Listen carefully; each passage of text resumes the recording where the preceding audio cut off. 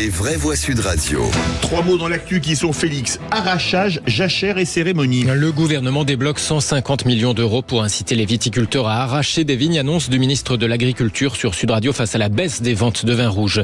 La Commission européenne vient d'annoncer assouplir la règle de 4% de terres en jachère. Dérogation partielle, trop limitée, réagissent d'ores et déjà les syndicats agricoles européens. Et puis quand 300 000 spectateurs s'évaporent dans la Seine, la cérémonie d'ouverture des JO était annoncée à 600 000 spectateurs il y a 1 an et demi encore. Ça sera finalement 2 fois moins, indique donc le ministre de l'Intérieur. Les vraies voix Sud Radio. Le gouvernement met donc la main au portefeuille face aux difficultés des viticulteurs de la moitié sud du pays. Les aides d'urgence seront quadruplées à 80 millions d'euros. Les assureurs ne prennent pas en charge les aléas comme la maladie du mildiou. Mais le problème est plus profond. Le vin rouge se vend de moins en moins en France comme à l'export. D'où cette annonce du ministre de l'Agriculture, Marc Fesneau, ce matin sur Sud Radio. L'État va débloquer 150 millions d'euros pour inciter les viticulteurs à arracher des vignes, une sorte de prime à l'arrachage. Vous retirez du volume provisoirement, vous restructurez, ou vous retirez définitivement pour faire de la diversification agricole. Pour planter autre chose. Pour planter autre chose, ou vous arrachez temporairement le temps de restructurer, y compris qu'est-ce qu'on veut comme cépage. Vous voyez, c'est des choses qu'on déjà... bien sûr. Ça concerne, pour être précis, ça peut concerner jusqu'à 100 000 hectares de vignes. Je rappelle qu'il y a environ 700 000 hectares de vignes en France. Donc c'est absolument massif comme plan, parce qu'on a besoin de répondre au conjoncturel, mais on sait que le sujet de la consommation, c'est un sujet qui est devant nous, et je sais que les professionnels le savent. Jusqu'à 100 000 hectares, donc sur 700 000 tout de même. Le ministre de l'Agriculture, Marc Fesneau, micro de Jean-Jacques Bourdin ce matin sur Sud Radio.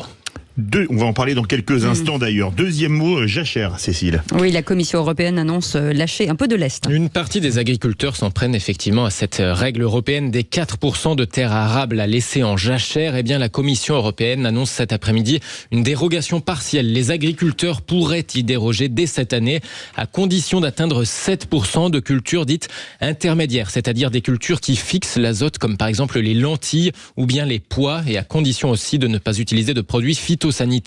Eh bien justement, le ministre de l'Agriculture était à Bruxelles cet après-midi, et sur Sud Radio ce matin, Marc Fesneau disait bien espérer un tel assouplissement. Depuis le mois de septembre, nous avons travaillé, j'ai pris le lead d'une coalition de près de 22 pays européens sur 27, ce qui est quand même, me semble-t-il, assez signifiant. Pour dire quoi ?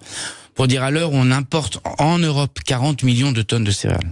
40 millions de tonnes. Pas en France. En France, nous sommes exportateurs. Mais 40 millions de tonnes.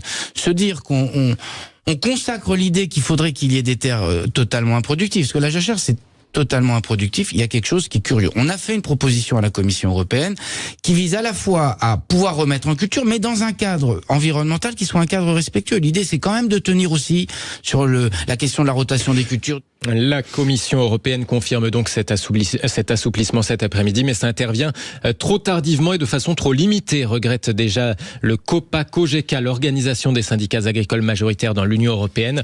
Au-delà des jachères, elle réclamait notamment des dérogations sur d'autres sujets comme la rotation des cultures. Et puis, si on a une seconde, Oui, je n'y connais peut-être pas grand-chose, mais on donne partiellement satisfaction sur les jachères, mais j'ai l'impression qu'on leur propose une autre contrainte parfaitement. Alors ils sauront quoi faire, les agriculteurs, mais ça paraît un peu étrange. C'est un peu uburois. C'est l'une des 3 questions pour demain sur le sommet européen, avec la question de l'Ukraine, notamment sur les poulets et les céréales, ainsi que le Mercosur, bien sûr. Mais je suis étonné de voir en effet que ce qui est une annonce et qui pourrait avoir un effet waouh, est de suite entaché et abîmé par des normes qui tombent et qui peuvent donc complexifier plus encore une situation qui est déjà ô combien. Troisième mot, la cérémonie d'ouverture des Jeux Olympiques n'accueillera pas autant de monde que prévu initialement. Et oui, plus on se rapproche du 26 juillet, plus ça se précise. Cette cérémonie navale inédite avec des bateaux sur la Seine.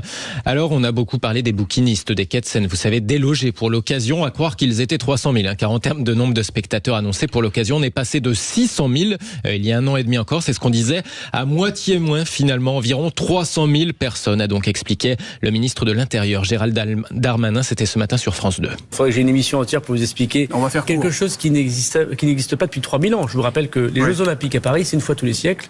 Et une cérémonie d'ouverture en dehors d'un stade, ça n'a jamais existé. Donc c'est une fois tous les 3000 ans. L'idée, c'est qu'il y a 100 000 personnes dans les quais bas, c'est-à-dire les quais qui vont regarder la cérémonie, c'est des billets payants.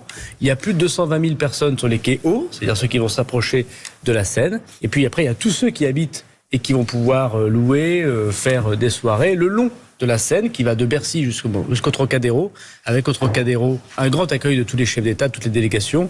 Et voilà, donc si on résume environ 300 000 spectateurs, mais sans compter tous les logements avec vue sur la Seine. Merci beaucoup Félix Mathieu. Allez,